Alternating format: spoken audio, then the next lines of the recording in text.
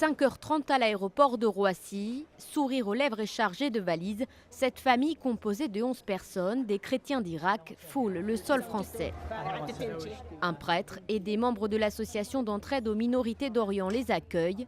Victimes de persécutions dans leur pays, ils ont obtenu un visa d'asile. La vie des chrétiens là-bas est devenue insupportable. Ceux qui étaient à Mossoul en ont été chassés, leurs maisons dévalisées et confisquées, leurs papiers et bijoux volés. Ils sont les premiers chrétiens d'Irak à obtenir ce précieux visa, d'ordinaire distribué au compte-gouttes, depuis l'annonce du gouvernement français. Le 28 juillet dernier, il s'était dit prêt à favoriser l'accueil des chrétiens d'Irak persécutés. Dans les 3 jours qui ont suivi, quelques 500 demandes sont parvenues aux autorités. Soit ils font une demande d'asile depuis un consulat français en expliquant leur situation et exceptionnellement ils arrivent à obtenir un visa. Mais c'est vraiment exceptionnel.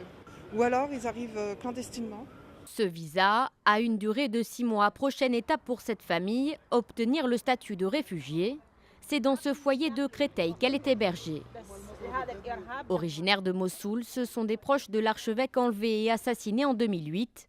Comme eux, de nombreux chrétiens d'Irak tentent de fuir les djihadistes de l'État islamique.